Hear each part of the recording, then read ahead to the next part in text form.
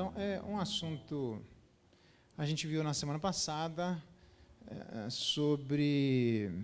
Deixa eu só conferir aqui, peraí. É porque tem gente que acompanha de fora e eu... Ok. Aí eu mando o link para o pessoal acompanhar, fora de Cuiabá, né? Então, nós vimos semana passada que é sobre os aspectos introdutórios, a gente continua hoje, do discipulado bíblico, né? Eu falo discipulado bíblico porque tem vários discipulados possíveis.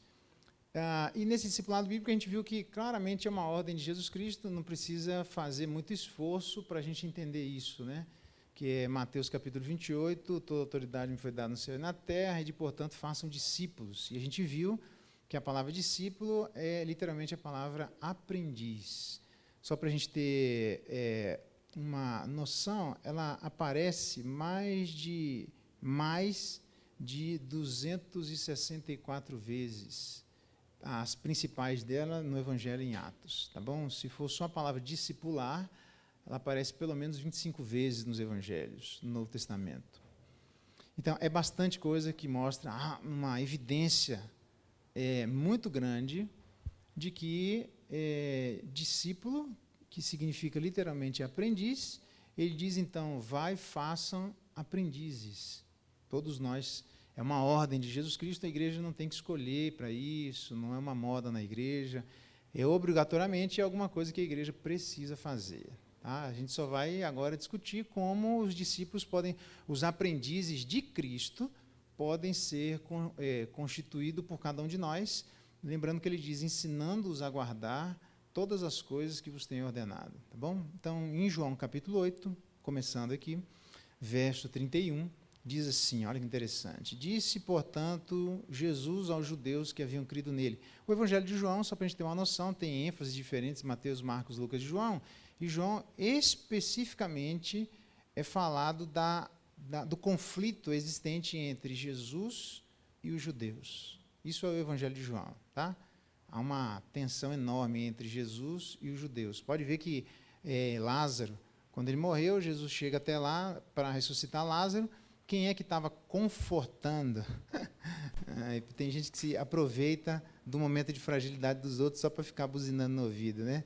Quem que estava confortando? Então, nos momentos de fragilidade, presta atenção, sempre tem alguém para buzinar. Quem que estava confortando? Os judeus. Os judeus estavam dizendo para Marta e Maria, se Jesus estivesse aqui, ele não teria morrido. Quando Jesus chega, literalmente, o que acontece?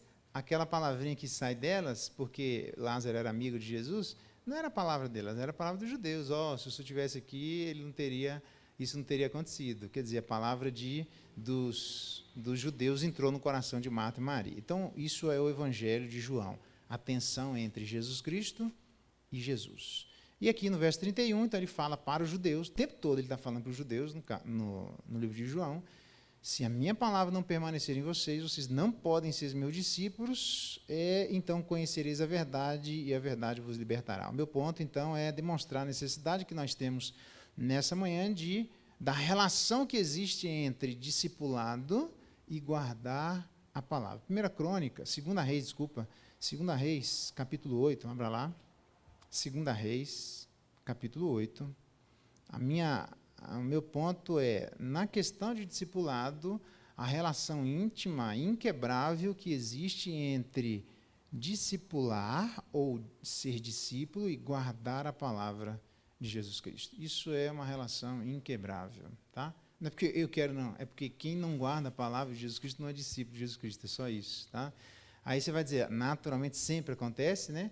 Mas e aí, a gente tem dificuldade? Não, todos nós sabemos que a gente tem dificuldade, mas um verdadeiro discípulo de Jesus Cristo é aquele que se esmera, que se esforça, que faz aquilo dentro das suas forças que é necessário para guardar a palavra de Jesus Cristo. Assim, a gente não anda assim, se guardar, guardou, se não guardar, não guardou. Não funciona desse jeito. Por quê? Porque quem não guarda a minha palavra, ele vai enfatizar isso fortemente e você vai ver lá na frente a relação que existe disso com a igreja de Jesus Cristo, o nosso amor. Tem muita gente que fala que ama a igreja. Só de olhar, você fala, bicho, só na sua cabeça você está dizendo que é. Vou mostrar isso para vocês. É só na sua cabeça, porque a sua vida demonstra que você ama qualquer um, menos a igreja. Então, essa demonstração de que eu posso levar minha vida do jeito que eu quiser, fazendo do jeito que eu quiser, mas eu amo a igreja, porque afinal de contas todos somos imperfeitos, ó, o dedinho negativo. Você vai ver como é que está escrito lá. 2 Reis, capítulo 8, verso 18, diz assim: andou nos caminhos dos reis de Israel, como também fizeram os da casa de Acabe, porque a filha deste era sua mulher.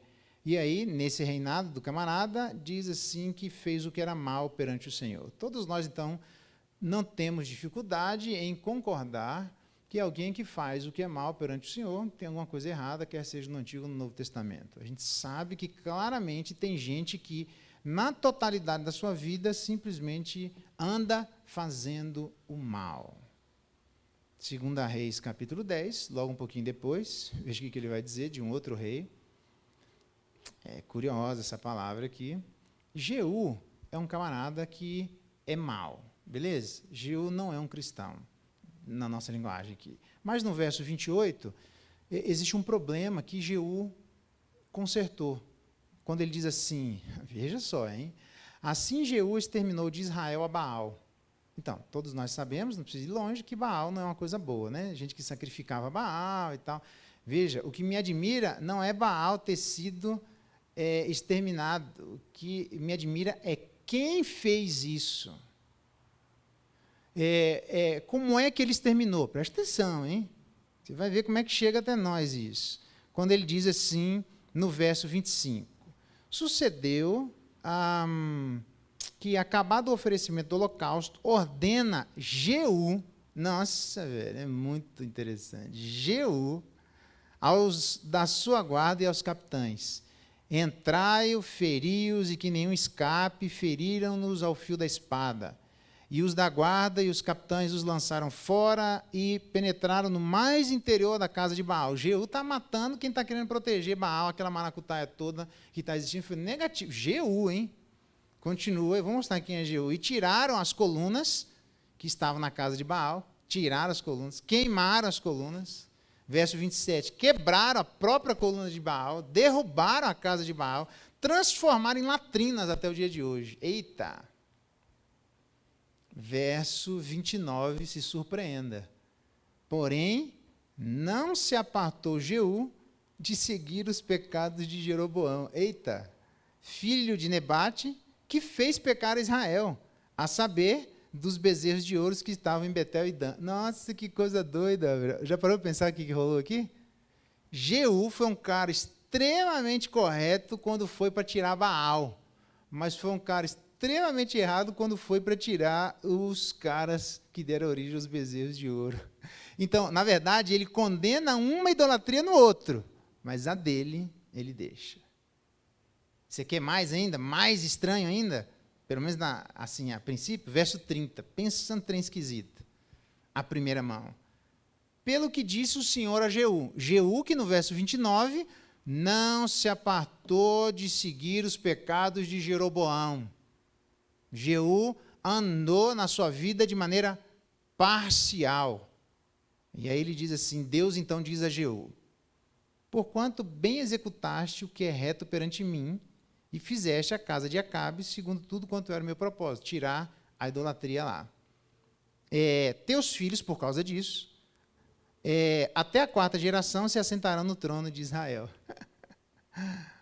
Deus abençoa Jeú, dizendo, olha, eu sei que você é idólatra, mas já que você era meu propósito, tirar a idolatria na casa de Acabe, lá o que estava rolando, e você fez isso, só por causa disso você fez o que era reto, e eu vou abençoar você por até a 3ª e 4ª geração, gente seguindo o trono. Mas, não se engane, verso 31, Jeú não teve o cuidado de andar de todo o seu coração na lei do Senhor Deus de Israel.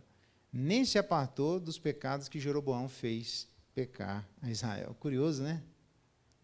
No mínimo, isso aqui levanta um monte de questionamentos.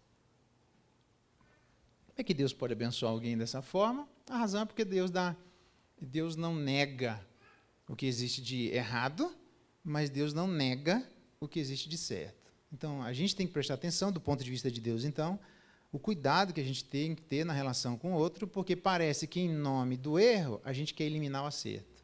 Nem Deus fez isso. Beleza?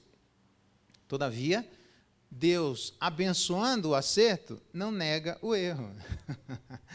É isso que às vezes muita gente pensa, que ao andar de maneira parcial e está sendo abençoado, então logo, na cabeça dessas pessoas, um silogismo errado, Deus está de conformidade com a minha vida. Não, não está não, irmão. Então, às vezes tem coisas que eu vejo notadamente, não precisa nem ser muito gênio, não, notadamente, tem coisas que a pessoa está fazendo de certo e tem coisas que a pessoa está fazendo de errado, visivelmente. Em nome do certo, Deus vai derramando graça e a pessoa conclui errado e diz, bom, se Deus está derramando graça, quem somos nós para julgar? Negativo, porque a Bíblia diz que ele não andou de todo o seu coração. Então, se não andar de todo o coração, a igreja tem o dever de falar que está errado. A igreja tem o dever de abençoar aquilo que está certo, mesmo que aquilo que esteja certo esteja contaminado numa vida parcial. Mas aqueles que estão recebendo a bênção de Deus não devem confundir isso, achando que simplesmente Deus absolutamente ignorou aquilo que existe de errado. O que está errado, por quê? Aqueles que não guardarem a minha palavra não podem ser meus discípulos. É muito estranho alguém que queira ser discípulo de Jesus Cristo, que é um aprendiz, numa postura totalmente, sei lá, eu não sei nem que adjetivo usar assim, mas displicente, acho que é um bom nome. Numa atitude displicente para com os mandamentos de Jesus, quando ele mesmo vai dizer que vocês não podem ser meus amigos se vocês não fazem o que eu mando. Então, a postura do discípulo de Jesus Cristo, mesmo tendo tudo perdoado, é de gastar e se deixar gastar, lutar, se esmurrar, resistir até o sangue para fazer aquilo que Jesus Cristo disse que nós deveríamos fazer, entre outras coisas. Tem muitas coisas, mas o meu ponto é fazer discípulos. Isso é a responsabilidade da igreja. Não é do pastor só, e nem da liderança só. É de todos nós. A obrigatoriedade na vida que ele disse, vão e façam aprendizes de mim. A gente precisa aprender a fazer isso. A pergunta é bem simples. Quem é que os jovens estão se dispondo? Eu chamei o jovem, né? Estou até em dúvida agora, não chamei, eu esqueci da semana passada. Chama hoje, então. É porque agora que eu lembrei, que está vendo? Eu pergunto, esqueci, você tem que me ajudar aí. Os jovens estão com essa disposição, os adolescentes estão com a disposição. Jovens, eu vou chamar a diretoria hoje, tá bom? Se vocês lembrarem, me ajudarem a lembrar, se eu não esquecer de novo, tá? Da gente fazer discípulos, porque é moda, porque é bonitinho. Não, porque é uma ordem. É um mandato. Não tem negócio de eu vou escolher ou não. Então, a gente tem que fazer isso. Mas a minha vida está sendo abençoada mesmo eu não fazendo isso. Eu sei. O próprio Jeú foi abençoado por ter feito aquilo que era correto. E nem por isso Deus disse que ele andou de todo o coração. É bonito quando a gente vê o registro na Escritura de pessoas que andam de todo o coração. Lembra que a gente viu na semana passada? Um rei que não houve semelhante a ele. Nunca houve depois dele. Porque é um rei que andou segundo o coração de Deus, de todo o coração. Lucas capítulo 17, dá uma olhadinha, uma das características bem interessante, que fala sobre o servo de Jesus Cristo. O nosso problema em relação às ordens de Cristo, é não se colocar como servo. Lembrando que servo, na nossa cabeça aqui, a gente tem uma ideia de servo, um servo do tipo servo que tem direitos iguais sobre o seu senhor, acho que é uma boa. Não tem nada a ver com isso. Até as alianças que eram feitas lá, eram feitas em duas partes, mas preste atenção, nunca foi entre duas partes paritárias. Tudo bem? Então, quando ele aparece lá em Gênesis, depois do dilúvio, ele diz assim para Noé, Noé, estabelecerei a minha aliança entre mim e ti, blá, blá, blá, blá, blá. O verbo ali estabelecer é literalmente confirmarei a minha aliança. A pergunta é, se logo depois, quando Noé sai da arca, Deus diz que ele vai confirmar a aliança, ele fez essa aliança quando? Só pode ter sido antes. Então, esse e outros textos, Oséias e por aí vai, que faz menção literalmente da aliança feita em Adão. Então, o texto de Oséias não é Adão uma cidade, mas é Adão uma pessoa, tá bom? Só estou resumindo o argumento, mas eu posso demonstrar sem nenhuma dificuldade. E que a única possibilidade de traduzir ali é que a menção que está sendo feita é a uma pessoa e não uma cidade. Então, Deus fez uma aliança com Adão. e que Adão não cumpriu a sua responsabilidade na aliança, e ela vai tendo outros desdobramentos, que aí nós temos as alianças com Abraão, as alianças, né, que vão surgindo com as outras pessoas que vêm depois, o desdobramento do pacto feito lá no início. Só que a aliança, mesmo a aliança que era feita na terra, entre os terráqueos, vamos colocar assim, né, mesmo entre um rei e o seu servo, eram alianças de duas partes, mas nunca paritária. A gente chama entre o suzerano, um soberano, e um servo, porque a gente tem a noção de servo hoje. É quase como se a gente tivesse paritariamente com os mesmos direitos diante de Deus. Isso totalmente equivocado em relação à Escritura. Sempre é de lá para cá e não daqui para lá.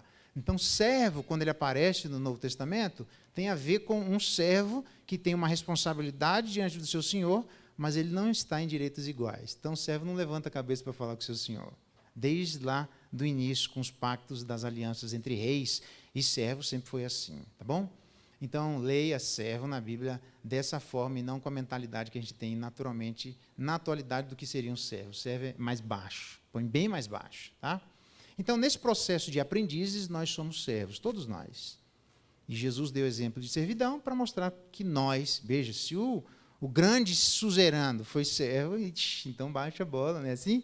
A gente deve ser servo como ele. Dá uma olhada nas características de servo, que deveriam ser as características dos existentes nos processos de aprendizagem do discipulado.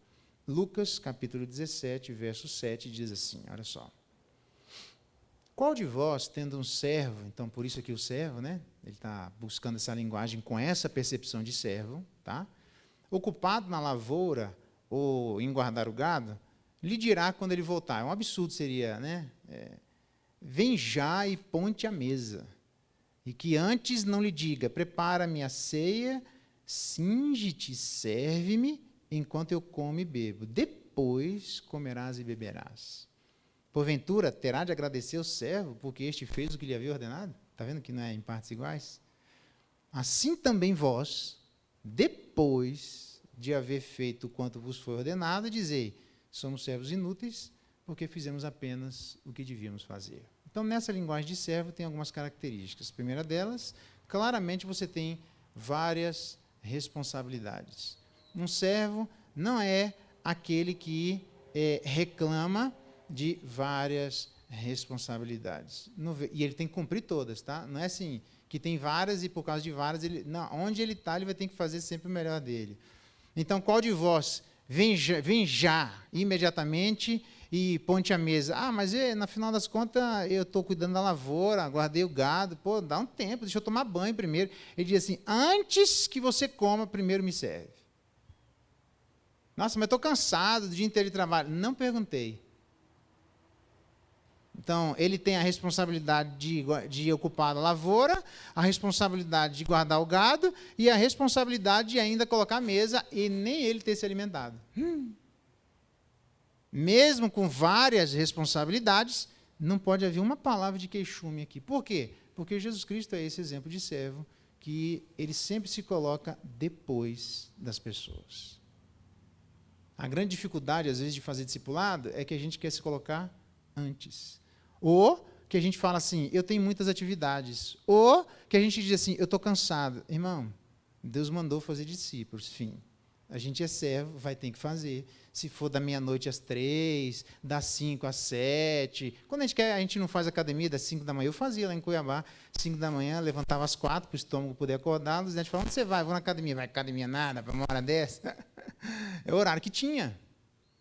Então, quando a gente quer muito fazer alguma coisa e é necessário, a gente faz para não mexer nas outras coisas que a gente quer fazer, porque a gente tem várias responsabilidades. Irmão, se vira. Dá um jeito. Mas Deus mandou, não importa se nós estamos guardando a lavoura ou não importa se nós estamos guardando o gado. Tem que fazer discípulo? Faz e faz de maneira imediata. Enfim. Porque um servo que é servo, ele tem várias responsabilidades e não se queixa.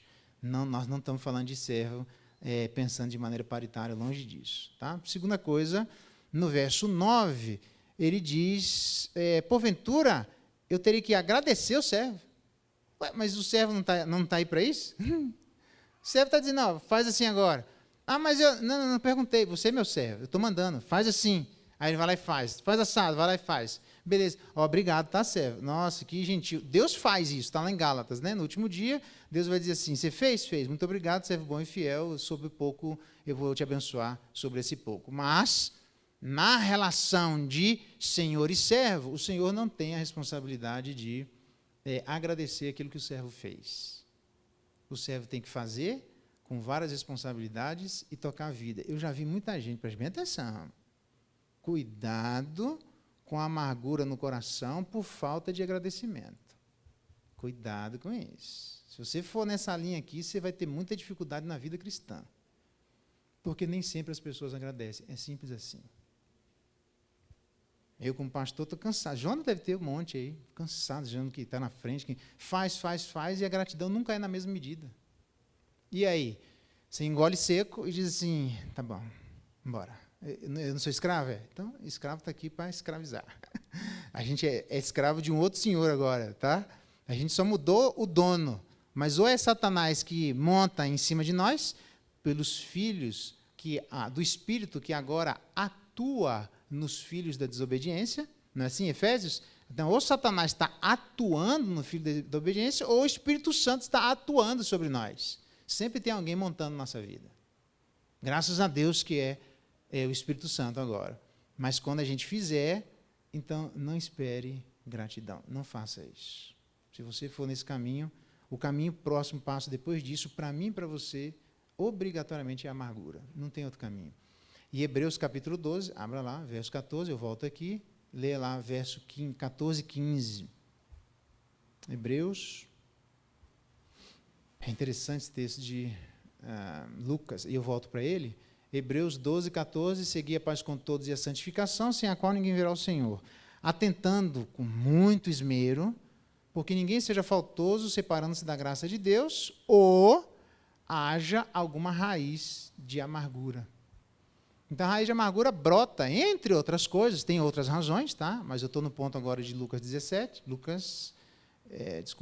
17, exatamente, que é da gratidão pelo trabalho. Então, as pessoas precisam aprender a agradecer, mas quem trabalha precisa aprender a não esperar agradecimento. Porque o senhor agora tem que chegar para o servo e dizer obrigado? Negativo. Você faz muitas responsabilidades e não espere gratidão. E verso 15 diz assim, separando-se da graça de Deus, haja alguma raiz de amargura que, brotando, perturba você e muitos sejam contaminados. O problema da amargura é que ela contamina. Ela vai brotando, vai tocando, cai fora disso. Volta lá, Lucas 17. Meu ponto aqui é servo, tá? Lucas 17, várias responsabilidades, não receber gratidão. Literalmente, o servo não pode acusar o outro de egoísmo, não pode, porque dentro da linguagem entre suzerano e servo, o servo tinha que fazer aquilo. Então, ele não pode simplesmente dizer, nossa, que patrão, velho, pelo amor de Deus, o cara não deixou nem eu beber água, eu acabei de trabalhar o dia inteiro lá fazendo. Você pode ver que essa mesma reclamação brota lá quando Jesus pega uma metáfora e diz assim, olha, eu fui assim, vocês estavam desempregados. Esse é a ênfase da parábola. Vocês não tinham nada. E aí eu vou contratar você por um dia de trabalho, vou resumir aqui para nós, né? Por um dia de trabalho, R$10. O outro você também está desempregado, para meio dia de trabalho, R$10. E o outro para meia hora de trabalho, R$10. Aí o camarada que não tinha nada, a gente nunca deve esquecer isso, a gente não tinha nada, ele chega, nossa, mas como é que pode agora você trabalhar e dar o mesmo dinheiro para todo mundo? Vem cá, você estava desempregado, não tinha quem contratasse, o dinheiro é meu, eu pago quem eu quiser, do jeito que eu quiser. Fica na tua, mano. Que negócio de querer agora ficar torrando minha paciência, mostrando como é que eu devo usar o dinheiro que é meu e não é seu. Se o dinheiro fosse seu, aí, seu dinheiro e suas regras, o dinheiro é meu, eu faço dele o que eu quiser e fica na sua e pronto. Esse é o problema. O problema da falta de gratidão daquele camarada que estava desempregado, em vez de ele agradecer, dizendo, nossa, que legal, você recebeu R$10, que bom, a gente estava empregado, veja, terminamos o dia com um crédito, com um superávit. A gente não tinha para onde trazer para casa e agora nós temos. Não tínhamos ninguém que olhássemos favoravelmente agora de repente alguém olhou de maneira favorável. Que coisa maravilhosa. Em vez de o cara olhar para o lado positivo, ele olha acusando o outro de ser egoísta. Cuidado, porque a raiz disso é achar que a gente tem alguma coisa para receber. A gente não tem nada para receber. A gente estava morto nos nossos delitos e pecados.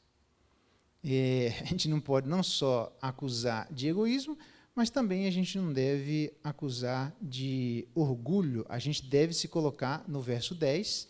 Assim também vós, depois de haver desfeito quanto vos for ordenado, digam, somos servos inúteis. O que existia dentro de nós não tinha valor. O que existia dentro de nós não era capital agregado. A gente não conseguia trazer um valor a mais. Então, a gente deve servir como Jesus fez, em mansidão e humildade sempre.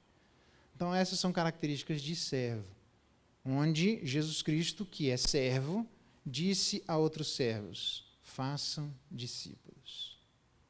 O problema nosso de fazer discípulo é achar que tem outras responsabilidades que são incompatíveis, achar que a gente precisa receber alguma gratidão e acaba não recebendo o quanto a gente deveria, achar que, na verdade, quem está mandando isso é egoísta, porque não está pensando em mim, achar que existe alguma coisa que serviria como capital agregado. Não existe capital agregado em nós. A gente recebeu, aliás, 1 Pedro diz que aqueles a quem vocês chamam de pai, juiz do mundo inteiro, onde ele há de julgar todas as coisas, mas logo depois ele diz que nós recebemos uma herança inútil. Nós recebemos uma empresa falida. Tudo aquilo que veio de herança dos nossos pais estava morto. Não era. Deus comprou uma empresa dando prejuízo, que éramos nós, mortos nos nossos delitos e pecados. Então, a gente deve só, de maneira servil e humilde, tudo que ele mandar, entre outras coisas, façam discípulos. A gente deve caminhar a nossa vida fazendo discípulo, com qualquer que seja a quantidade de responsabilidades, mansa e humildemente, como foi Jesus Cristo, sem jamais acusar o nosso Senhor de egoísmo ou ingratidão. Dietrich Bonhoeffer é conhecido, né? Ele foi diretor de um seminário alemão, resistiu ao totalitarismo do Terceiro Reich de Hitler. Professor nos Estados Unidos em 1939, poderia ter escolhido ficar lá, mas resolveu voltar para a Alemanha. Está parecendo Moisés, né? A contínua oposição às políticas perversas do Terceiro Reich, ele, nos seus esforços de controlar a igreja, o Estado não tem autoridade sobre a igreja, irmão. Não tem e nunca teve, tá? Então, quando ele foi batalhar em cima disso, ele foi preso em 1943 e a sua execução foi em 9 de abril de 1945. Menos de um mês de Alemanha se render às tropas aliadas. Nossa, quase, hein? Quase que o camarada, quase que Bonhoeffer consegue sair. Ficou preso um tempo. E ele tem uma série de aulas que ele deu nesse período, e que ela foi publicada, na verdade, em 1937, chamado O Custo do Discipulado. Eu gosto de chamar o custo, alguns falam preço do discipulado. Eu prefiro o custo porque tem um peso maior a palavra custo. Tá? O custo do discipulado, ou o preço do discipulado, tanto faz. Nessa série de aulas que ele dá sobre o preço do discipulado, ele fala da graça barata. A graça sem discipulado é uma graça barata. Seria a graça sem discipulado, pregação do perdão, sem a exigência do arrependimento. Isso é uma graça barata. Seria a comunhão sem profissão de fé. Nossa, isso é absurdo. Tem gente que quer chegar na igreja, o cara se diz membro da igreja, mas ele não quer fazer profissão de fé. Negativo. Aqui não. Tá? Paulo disse lá, daquele menino lá, aquele filho, melhor dizendo, que se deitava ele e o pai com a mesma mulher. E Paulo diz, não tem ninguém para botar isso para fora. Apocalipse também diz, não tem ninguém para botar para fora. Então, só pode botar para fora quem está dentro, entendeu? Então, dá para ser discípulo de Cristo sem professar fé numa igreja? Não, não dá, irmão. Tá? Isso aqui só em casos excepcionais, ou outro, não deu tempo de fazer isso. O ladrão da cruz, mas é excepcionalidade. O normal é a pessoa fazer profissão de fé. Então, ser discípulo, ter comunhão com a igreja sem profissão de fé, isso é muito estranho, isso é graça barata. Propiciação sem confissão pessoal. Deus se tornar propício a nós sem a gente confessar. Isso é muito estranho. Isso é graça barata. Isso é graça sem discipulado. Graça cara do tesouro escondido no campo. A graça cara da pérola de grande valor, onde em ambos os casos eles venderam tudo para possuir aquilo. É o evangelho que deve ser buscado por mim e por você constantemente. É a porta que eu e você precisamos constantemente bater. É a vida do filho que custou, e custou absolutamente caro. Então ele fala isso.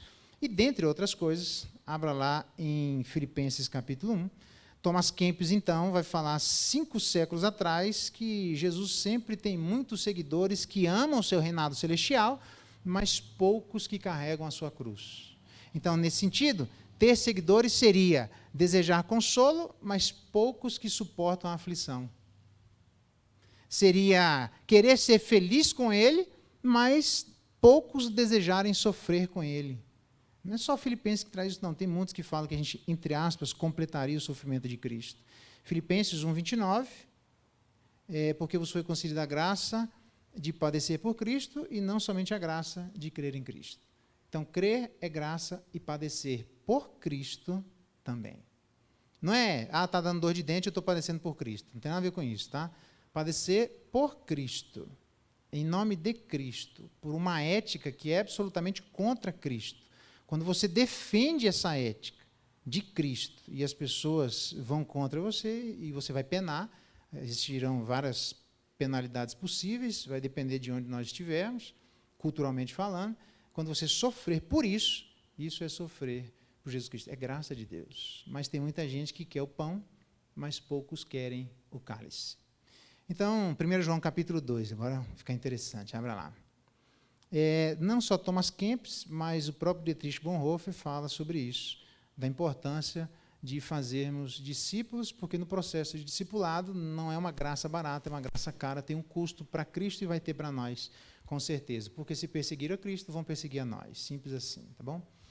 1 João, capítulo 2, olha só que interessante, a relação, então, da necessidade de fazer discípulo e guardar a palavra de Deus. Verso 3, ora, sabemos, 1 João, capítulo 2, verso 3, sabemos que o temos conhecido por isto, se guardamos os seus mandamentos. Veja que interessante. Discípulo que é discípulo, ele está falando aqui, ele está dando um critério para a igreja saber como é que a gente está andando. E como é que a igreja se protegeria de problemas grandes no meio dela, naquele momento. Então, como é que a gente sabe se alguém conheceu Jesus Cristo? Se guarda os mandamentos. Mas a gente não está numa época que não precisa mais guardar? Então, a gente não vai guardar mais para a salvação. Aliás, ninguém nunca guardou, melhor dizendo. Ninguém nunca guardou para a salvação, tá? Tiago, capítulo 2, vai dizer assim, aquele que peca num só ponto da lei, deve toda a lei. Tudo bem? O que significa isso? Que diante de Deus não existe amortização de dívida.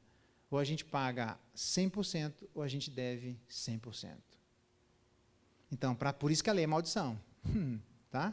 Se a lei está exigindo isso, lembra? A gente estudou lá em Hebreus capítulo 5, quando um sacerdote entrava no Santo dos Santos, o que ele encontrava? Lembra lá? O anjo, um de uma ponta, outro da outra ponta, e as tábuas da lei lá embaixo. E eu fico imaginando o camarada entrando, e o anjo só fazendo assim.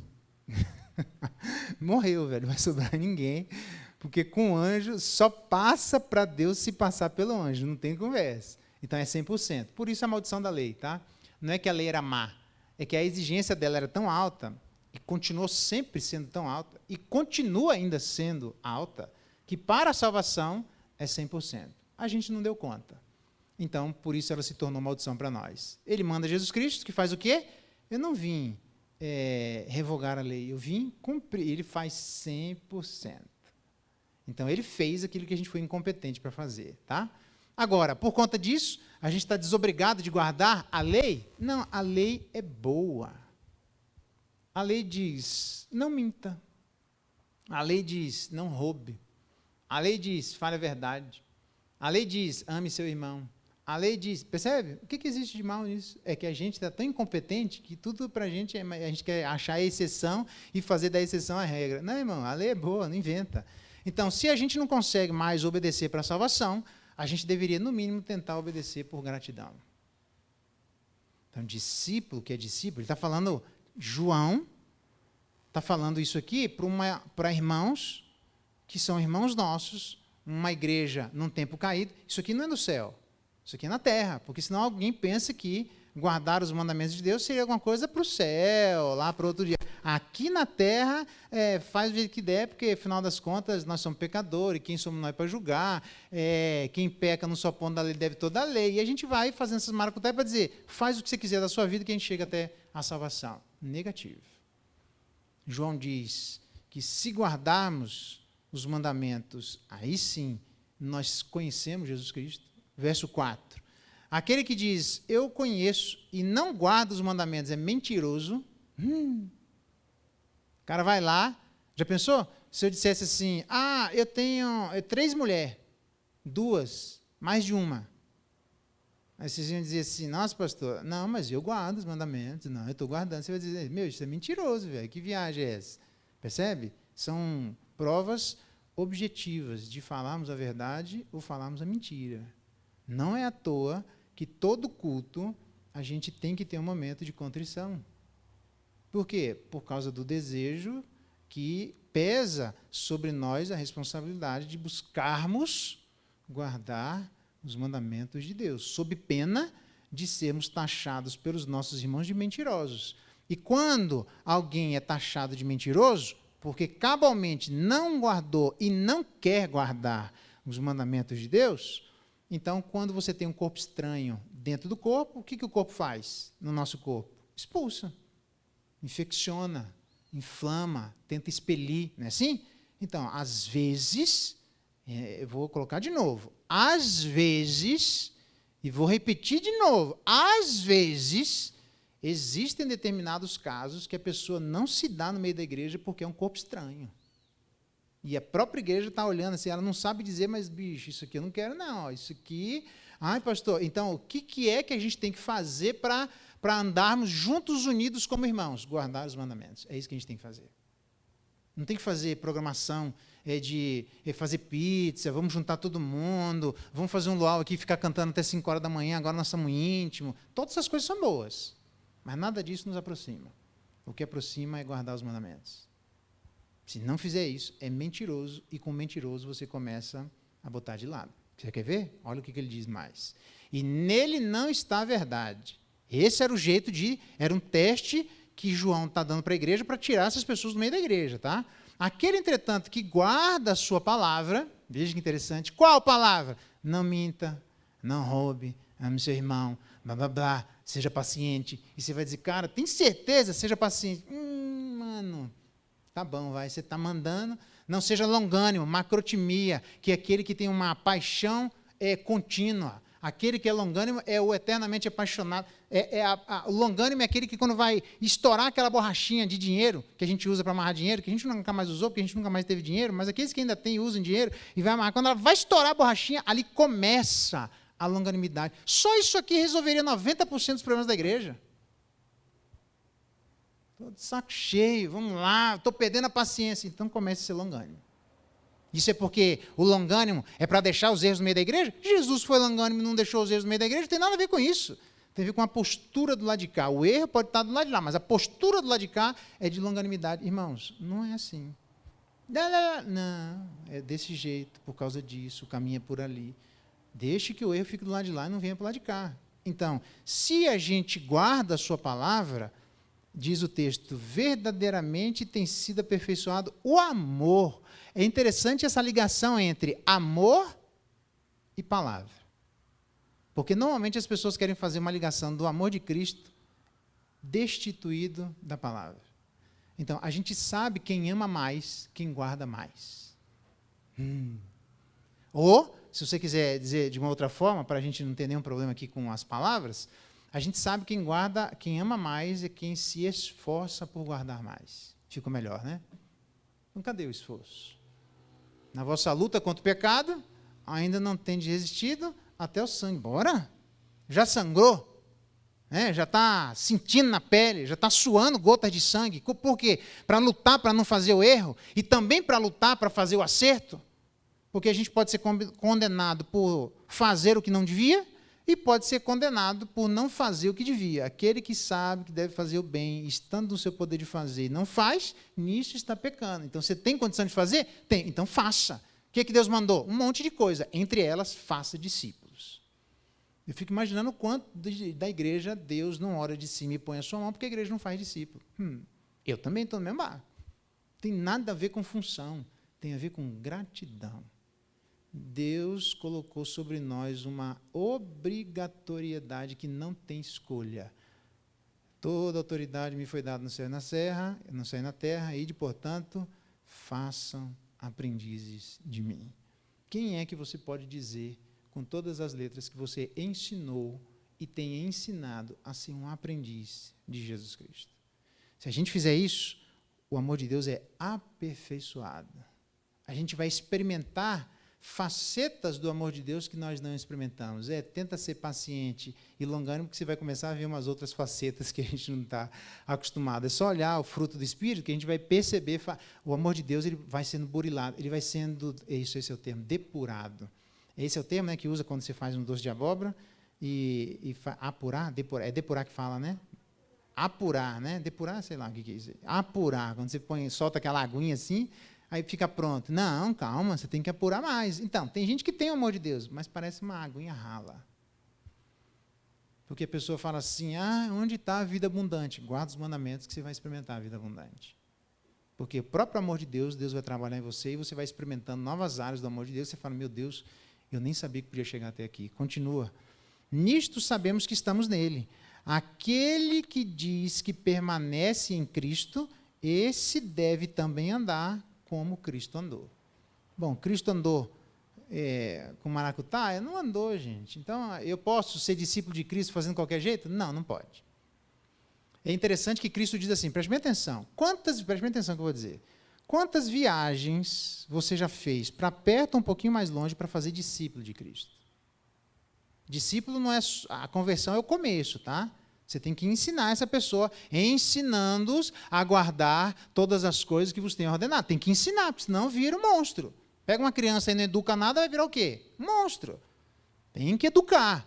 Educar na justiça. A palavra de Deus, ela é útil para ensino, para repreensão, para correção, para educação na justiça. Tem que ensinar.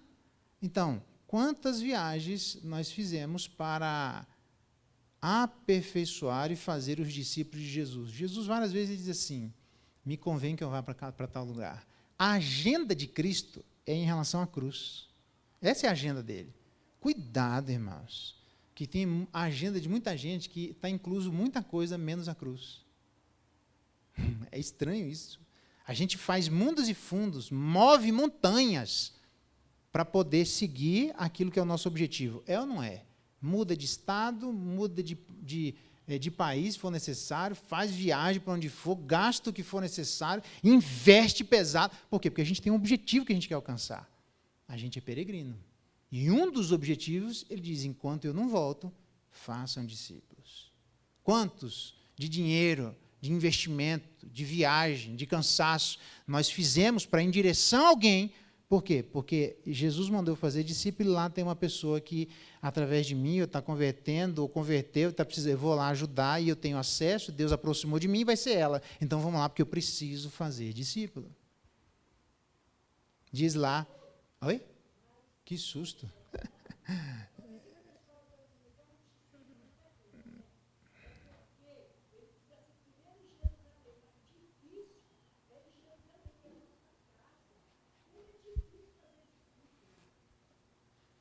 Tá.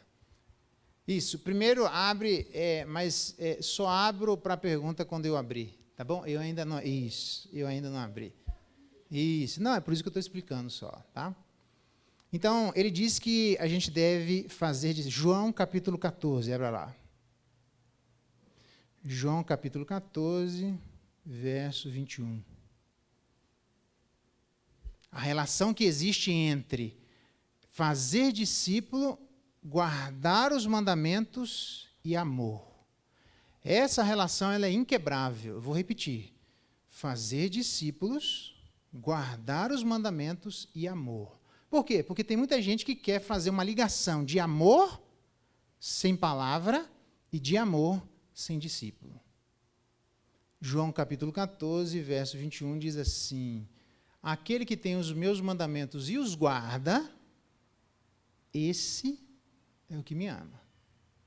E aquele que será amado por meu Pai, eu também o amarei e me manifestarei a ele.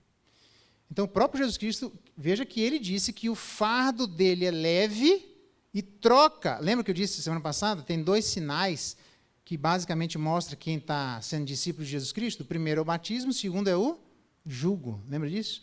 E Jesus diz assim: troca o fardo de vocês e pega o meu jugo, que é leve e suave. E dentro do jugo de Jesus Cristo, que é leve e suave, ele diz assim: aquele que tem o mandamento e guarda, esse é o que me ama. Então, claramente, a gente deve andar com as pessoas. Tem que está guardando o mandamento? Então, eu vou me aproximar. Não está guardando o mandamento? A gente pode errar. O que a gente faz quando não guarda o mandamento? É Gálatas capítulo 6. Irmão, se eventualmente alguém for surpreendido em alguma falha, não é assim? Vós, que sois espirituais, corrigiu com espírito de brandura, beleza? Então, a correção ali é literalmente um termo ortopédico, que é um osso quebrado, você precisa colocar no lugar. Sofre quem tem o osso quebrado e sofre quem tem que colocar. Pelo menos devia sofrer um pouco, né? Assim, mas beleza, sofre um pouco, né? Então, a gente deve fazer essa, quem não guarda os mandamentos, como? Com espírito de brandura.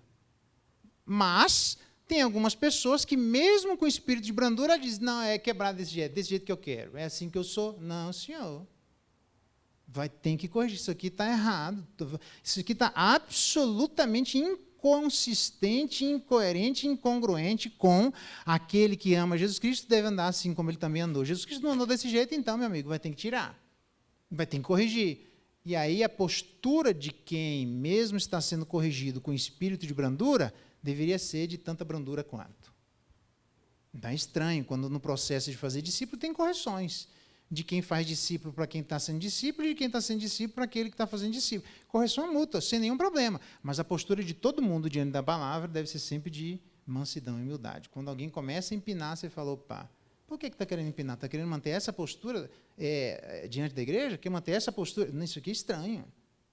Por quê? Porque aquele que ama a Jesus Cristo é aquele que guarda aquilo que ele diz para guardar. E dentre as coisas que ele diz para guardar, ele falou: façam discípulos. Não fui eu que disse, foi ele que disse, e o jugo dele é leve. Então, a gente tem a obrigação de fazermos discípulos. A gente só não é responsável, só por você não ficar pesaroso, tá? A gente não é responsável por toda a vida do discípulo, tá bom? Daquele que é aprendiz. Por quê? Porque, às vezes, a gente é responsável por etapas da vida cristã dele. Porque, às vezes, alguém passa na nossa mão naquele momento e muda de cidade, muda de igreja, muda de outro lugar, e você não tem, às vezes, como acompanhar essa pessoa. Hoje, com a internet, facilitou bastante, né? Mas pode acontecer, tá bom? Mas é importante que a gente esteja envolvido no processo de ensinar outras pessoas a amarem a Jesus Cristo, guardando a sua palavra. Porque aquele que tem meus mandamentos e os guardas, esse sim é o que me ama. 3 João, capítulo 3. Abra lá. 3 João, capítulo 3. Capítulo não, desculpa, é verso 3, porque não tem capítulo, né? Ele diz assim, 3 João, verso 11, desculpa. Isso. Ele diz assim, preste bem atenção, no processo de fazer discípulo, eu estou levantando inquietações hipotéticas aqui, tá? E estou respondendo a cada uma delas, que eu já sei que os irmãos vão fazer. Eles sempre fazem quando esse assunto é colocado. Verso 11, amado, nós temos Diótrefes aqui no verso 9, que não quer deixar a igreja acolher as pessoas e tal, ele está atrapalhando a vida da igreja. Ele diz: amados, não imiteis o que é mal, senão o que é bom. Aquele que pratica o bem procede de Deus, e aquele que pratica o mal jamais viu a Deus. Então, por que eu estou dizendo isso? Porque no processo discipulado você vai encontrar pessoas, não somente nós, né, mas às vezes pessoas na igreja que estão pisando na bola. E é engraçado que você já notou que a gente tem uma facilidade muito grande de seguir a nossa vida em função daquelas pessoas que estão pisando na bola. Irmão, se pisou na bola, não imita, joga fora aquilo lá. Aquilo não é para você guardar no seu coração. Joga fora esse tipo de postura. Pelo contrário, a gente deve guardar aquilo que de correto as pessoas fizerem em sua vida. Então, se é isso que ela fez de correto, ele diz: imite o que é bom e não o que é mal. Então, a postura boa que as pessoas têm diante de Deus deveria ser isso que o nosso coração deveria filtrar no nosso processo de guardar os mandamentos de Deus. Não se detenha no seu coração, muita gente amargurando, vivendo uma vida cinzenta. Por quê? Porque fulano não fez, Beltrano não fez, não sei quem não fez. Beleza. Quem fez? Entendeu? Quem fez, irmãos? Quer ver que eu não estou tirando isso da minha cabeça? Hebreus capítulo 13, abra lá. Veja só o que Hebreus diz, hein? Hebreus capítulo 13. Olha quem que fez. verso 7. Hebreus, capítulo 3, verso 7 diz assim: lembrai-vos de vossos guias, os quais vos pregaram a palavra de Deus, considerando atentamente o quê? O fim da sua vida, imitem a fé que tiveram. É para imitar o quê? A fé que esses caras tiveram. E a pisada de bola? Joga fora, irmão. Não toma a sua vida em função do erro das pessoas. Toma a sua vida em função do acerto das pessoas. Guarda a fé que tiveram. Tem mais. E aí ele diz, Jesus Cristo é o mesmo, então, se ele é consistente, guarde a fé de Jesus Cristo, seria isso. E no verso 9, é interessante que logo depois disso, de guardar a fé que tiveram, imitar a fé que tiveram, ele diz, não vos deixeis envolver por doutrinas várias estranhas. Por quê? Porque uma das características de nós nos envolvermos por doutrinas várias estranhas é não imitando a fé que as pessoas tiveram, é imitando a descrença das pessoas. E a heresia vem pela descrença. Quer ver uma heresia? Dos nicolaítas, né? Eu estava em pecado, eu fui agraciado. Então, para ser mais agraciado ainda, bora pecar mais. Ele diz, não, que viagem é essa, bicho? Está maluco da cabeça? Haveremos de pecar porque estamos debaixo da graça e não da lei? Paulo diz em Romanos 6, de jeito nenhum, nem pensa o negócio dele, está totalmente fora, percebe? Então, existem raciocínios que parecem ser lógicos, mas são estranhos, defendem posturas estranhas, e que elas encontram um lugar no nosso coração quando eu não imito a fé que as pessoas tiveram. Quando o que tiver no meu radar não for a fé, mas for a desfé, eu tenho um problema. Tenha no seu radar a fé, irmãos. Quem é que você está imitando? É uma boa pergunta. Aí mais, Hebreus capítulo 6, ainda sobre imitar a fé. Hebreus capítulo 6, olha, eu já estou quase terminando, tá? Hebreus capítulo 6, ele diz assim, Hebreus capítulo 6 é legal. Verso 12, eu vou resumir o verso 12 aqui, porque logo a gente vai entrar em Hebreus capítulo 6, tá? Eu estou em Hebreus capítulo 5, né? Está quase chegando lá. Verso 12, para que não vos torneis indolentes, então o termo indolente aqui é notroi, notroi é traduzido lá no capítulo 5, notroi significa preguiçoso, tá? Ele só está sendo traduzido por indolente, mas é preguiçoso. Ele está falando então aqui para a liderança da igreja, que a liderança da igreja, depois de caminhar muito, imitando a fé que tiveram, guardando os mandamentos, chega um determinado que a pessoa diz, cansei. Quer saber? Deixa os novos fazerem, vou fazer mais nada, porque, afinal de contas, nessa igreja, já trabalhei 37 anos, já cansei, não quero mais saber, deixa para os outros. Se a gente fizer isso, a gente está com o couro negociado. Por quê? Porque a gente começa a imitar a desfé e não a fé. A gente tem que trabalhar, para você não ver que sou eu que estou falando, Hebreus, é bom, eu só estou tentando fundamentar, né?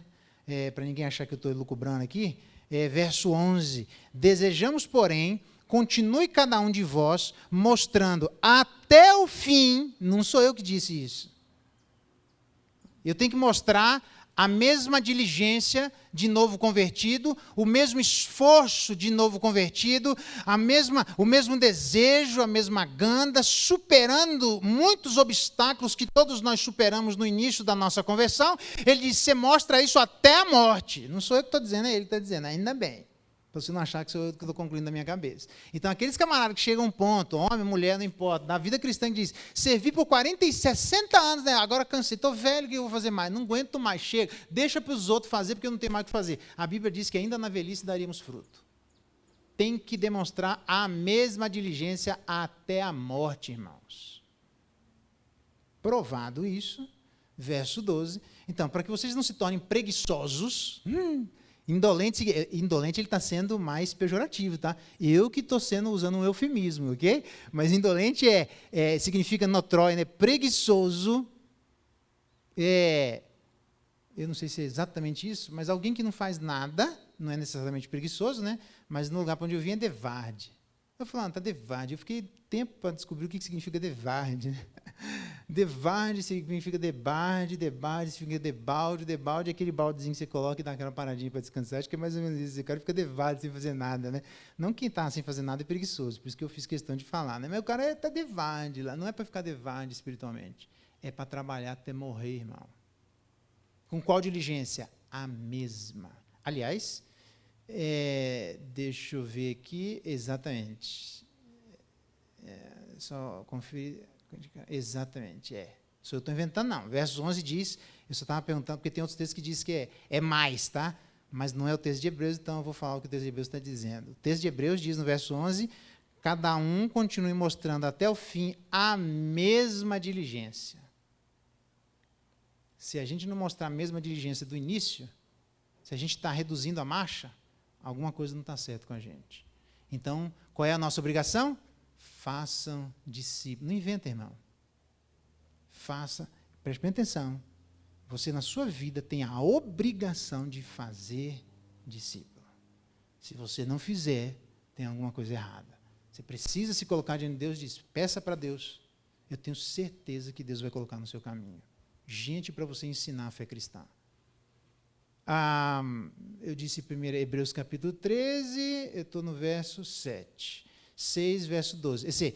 Para quem nós devemos imitar, né? Ele diz lá, mas pelo contrário, em vez de sermos preguiçosos, indolentes, né? Lá no capítulo 5 ele vai usar o mesmo termo, sejam imitadores de quem? Olha lá, guardar o que é bom, a fé e a longanimidade. Não estou inventando. Desses que herdaram as promessas. Então, eu devo estar no meu radar, não espreguiçoso, larga preguiçoso para lá. O cara que errou, tá bom.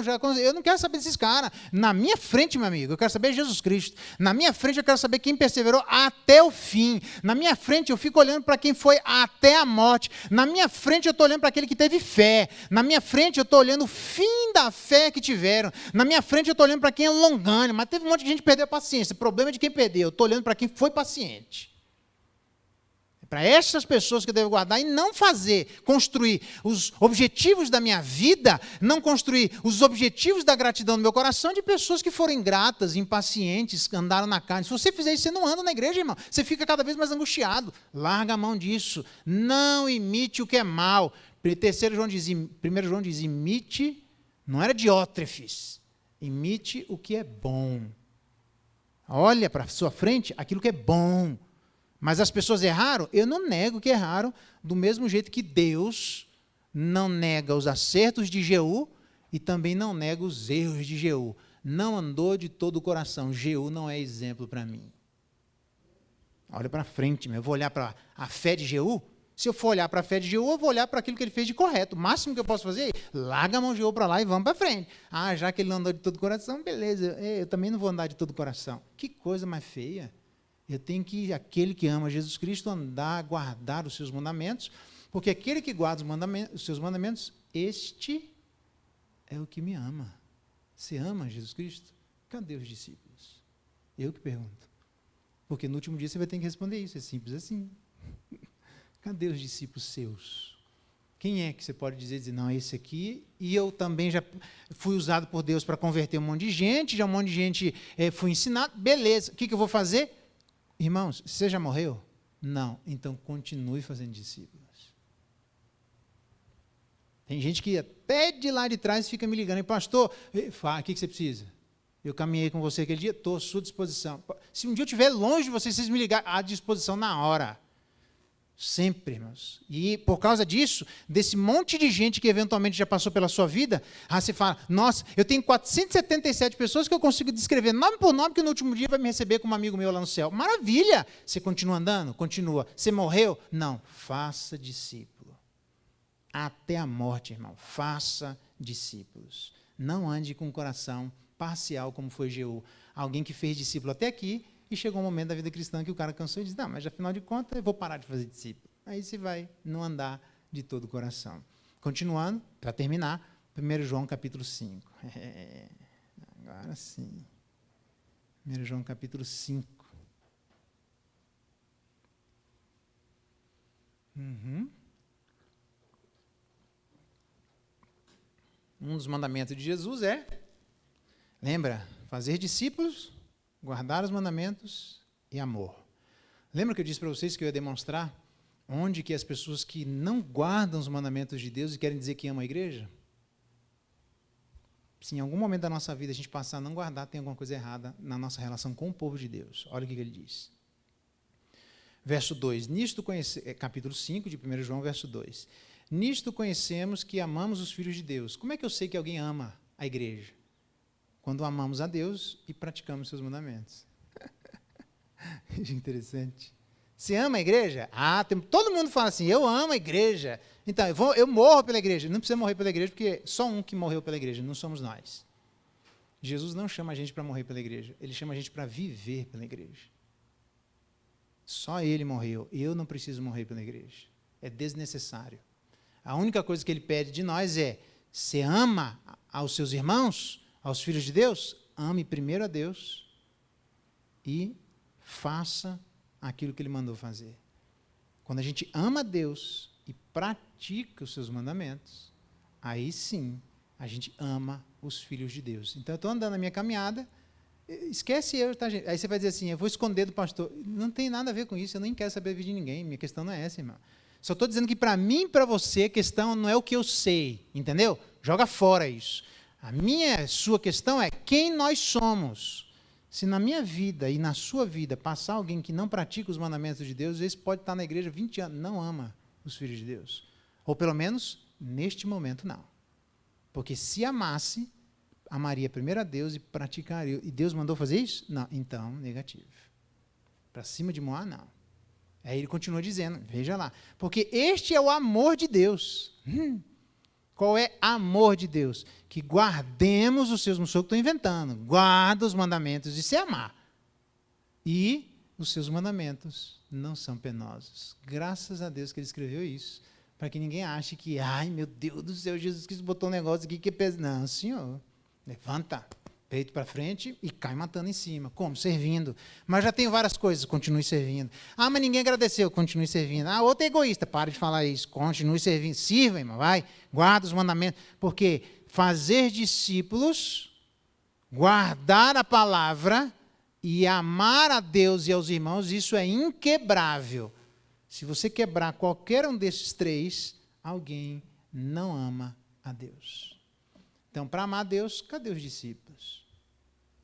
Para ensinar os discípulos a guardar, você guarda os mandamentos, porque se não guardar, irmãos, cadê o amor?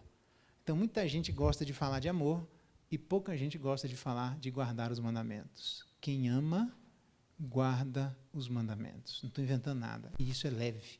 Isso aqui não é um peso que a igreja vai colocar sobre ninguém. Foi o camarada que mais andou com Jesus Cristo, João.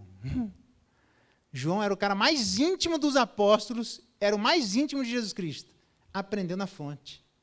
Porque o próprio Jesus Cristo diz, aprendei de mim, que sou manso e humilde, meu fardo é leve e meu jugo é suave. Então, eu espero que nessas considerações, ainda tem mais, mas nessas considerações introdutórias sobre discipulado, a gente entenda. Esse é um dos pilares da igreja, mas eu espero que você entenda que esse é um dos pilares do cristianismo. Não dá, irmãos, para nós sermos cristãos sem termos problemas com Deus, se nós não fizermos discípulos. Qualquer igreja que você vá, qualquer igreja que eu for, a igreja mandando ou não, não interessa. Jesus mandou, façam discípulos. E a consequência é, obedeça os mandamentos. Você vai ensinar os outros a guardar o quê? Somente se você estiver guardando, senão vai ser uma hipocrisia do tamanho do dia inteiro. E se você não guardar, não me venha dizer que você ama a Deus, porque é muito estranho. A Bíblia diz que quem não guarda os mandamentos é mentiroso. A verdade de Deus não está nele. Sabe por que tem muita gente que não cresce? É um anão espiritual, eterno. Você encontra a pessoa, está lidando com as mesmas... Ixi, velho, não são muitos, graças a Deus, mas tem. Você encontra alguns que você encontra nas mesmas questões faz 15 anos, 27 anos depois você encontra, está no mesmo... Não, irmão. Sabe por quê? É porque não guarda os mandamentos. Porque se guardasse, o próprio João disse, o amor de Deus seria aperfeiçoado. Entendeu? Como é que a gente sabe se a gente está sendo aperfeiçoado? Se as nossas questões estão mudando. Vou repetir. Se as nossas questões estão mudando. Se você é um que luta por alguma coisa e continua batendo nisso, na sua vida, para você, batendo o que eu estou falando, para você servir a Deus, tá? De você não consegue servir a Deus. E você continua lutando com isso, faz 39 anos, velho, tem alguma coisa errada. Porque onde é que está o aperfeiçoamento do amor de Deus? Onde é que eu estou melhorando no amor de Deus, se eu estou brigando pelas mesmas coisas do mesmo jeito? Falando bem isso para que ninguém venha falar nada de e assim por diante, tá? Vamos orar, pedir que Deus nos abençoe, porque é responsabilidade nossa, como igreja, fazer discípulos, guardando os mandamentos, porque nisto nós sabemos que alguém ama a Deus. Como é que eu sei que alguém ama a Deus? É legal, né? Se guarda os mandamentos. Não é para ficar mexericando a vida dos outros. O provérbio diz que quem fica mexericando a vida dos outros é semelhante a alguém que pega um cão bravo pelas orelhas. Se você é alguém que gosta de ficar sabendo da vida dos outros, eu convidaria a pegar o centauro pelas orelhas. Mano, quem pegasse o centauro pelas orelhas, a probabilidade de sair machucado é muito grande. Então não se meta na vida dos outros, não tem que fazer nada disso. Apenas faça discípulos. O que vai acontecer? Deus vai levantar pessoas, vai colocar no nosso caminho, você vai evangelizar, a pessoa vai se converter, algumas delas, você vai continuar ensinando a guardar todas as coisas. Nesse processo, eventualmente, alguns dos discípulos aqui podem errar. O discípulo é aprendiz, eu estou aprendendo, beleza, postura de humildade e mansidão, e continua fazendo. Ninguém agradeceu, eu não estou nem aí. Mas o cara é egoísta, não é problema meu. Mas ele mandou eu fazer um monte de coisa ao mesmo tempo. Ele sabe qual é a energia, porque a energia é ele que me dá, eu vou continuar fazendo. Simples assim. Sendo servo, humilde, fazendo o que disse. Eu preciso, irmãos, chegar no último dia, depois, quando Deus me levar, que eu espero que esteja um pouco longe ainda, mas o dia que Ele resolver me levar, eu quero chegar do outro lado e encontrar mais pessoas além dele. Se você não espera isso, tem alguma coisa errada com você. Quem é que você vai encontrar do outro lado, nos tabernáculos eternos, além de Jesus? Estuda lá sobre as carpideiras. Velho, tem gente assim. Não somos nós. Tá bom? Vamos orar? Pai, obrigado pela tua palavra. O Senhor nos deu a ordem de fazermos discípulos. O Senhor levantou pessoas já há muito tempo que fizeram discípulos, entre elas o nosso Mestre, o nosso Senhor. Jesus é aquele que veio e deu todo o exemplo do que é um discípulo. O fardo dele é leve, muito pelo contrário, diferente daqueles que colocavam fardos pesados, nem com o dedo mindinho eles queriam carregar. Nós não somos assim. Obrigado por ter levado nosso fardo maior, porque a nossa incompetência nos levaria para o inferno. E por graça nós somos salvos. Por graça a Deus o Senhor obedeceu no nosso lugar. Muito obrigado por isso. E à luz dessa obediência, por gratidão, por alegria, por satisfação, pelo prazer de participar daquilo que o Senhor mesmo tem feito na face da terra, o Senhor evoca da sua igreja mandamentos que servem para demonstrar o amor que nós temos pelo Senhor, a alegria de servi-lo. Façam discípulos. Oh Deus, obrigado por esse privilégio de nos gastarmos e nos permitirmos gastar em prol do Teu reino. Que a nossa agenda, que os nossos planos, que os objetivos da nossa vida sejam fazer discípulos e que durante esse processo possamos sempre imitar e ensinar os outros a imitarem a fé das pessoas que andaram com o Senhor. Até o fim, dá-nos a graça de mostrarmos essa mesma diligência que tínhamos no início da nossa conversão, até a morte de Deus. Se há alguém aqui esmorecendo, se há alguém aqui relaxando, se há alguém aqui...